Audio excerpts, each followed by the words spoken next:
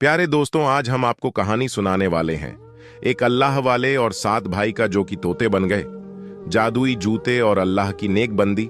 चलिए आपको सुनाते हैं फिर से एक बहुत ही अजीबो गरीब और दिल को रोशन कर देने वाला सबक आमोज वाकया। एक बार की बात है, एक लड़की अपने 7 भाइयों के साथ रहा करती थी। वो उनकी बहुत खिदमत करती, लेकिन वो भाई उसके कभी खुश नहीं होते थे क्योंकि वो उससे जलते थे। वो इतनी खूबसूरत थी कि गांव वाले उसकी बहुत तारीफ किया करते, और सिर्फ खूबसूरत ही नहीं, गरीबों की मदद करने वाले भी थी, यानी सबके काम आती थी।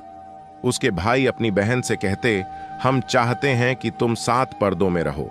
वो बहन कहती, मैं तो किसी से बाहर नहीं मिलती और ना ही मेरी बुरी नजर है, तुम क्यों मुझ पर इतना जुल्म करते हो। वो भाई बोले, बस जो हम कहें तुम वही करो। एक दिन उसके भाई घर पर नहीं थे और पानी खत्म हो चुका था। उसने सोचा, भाई घर आएंगे और पानी ना हुआ तो वो बहुत मारेंगे। जब तक वो घर नहीं आते मैं उनके लिए पानी भरकर ले आती हूं। वो जल्दी से घर से निकली और पानी भरने के लिए बहुत दूर पैदल चलती हुई झरने के पास गई। झरने से पानी भरने के बाद वो घर वापस की तरफ आ रही थी। उसे रास्ते में एक अल्लाह वाले मिले जिनको बहुत प्यास लग रही थी। उन्होंने लड़की से कहा, बेटी थोड़ा पानी मिल सकता है। लड़की ने अल्लाह वाले को पेट भरकर पानी पिलाया। अल्लाह वाले ने उसे दुआएं दी और कहा, बेटी तुम खुश रहो और जो तुम्हारी ख्वाहिश है वो पूरी हो जाए। वो लड़की जब वहां से जाने लगी, उसको अपने भाइयों की फिक्र थी कि वो आने वाले होंगे और आज तो उसको मार जरूर पड़ेगी। यही कहती हुई वो वहां से जा रही थी। अल्लाह वाले ने कहा, बेटी घबराओ नहीं, तुम्हें परेशान होने की जरूरत नहीं। तुम ये जूते पहन लो जो तुम्हें आराम से अपने घर पहुंचा देंगे।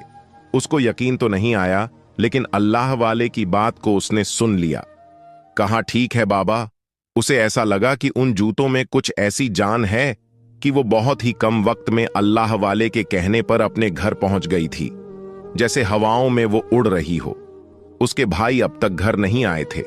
वो बहुत खुश थी कि अल्लाह वाले ने उसकी मदद की, वरना उसके भाई आज तो उसे जान से ही मार देते।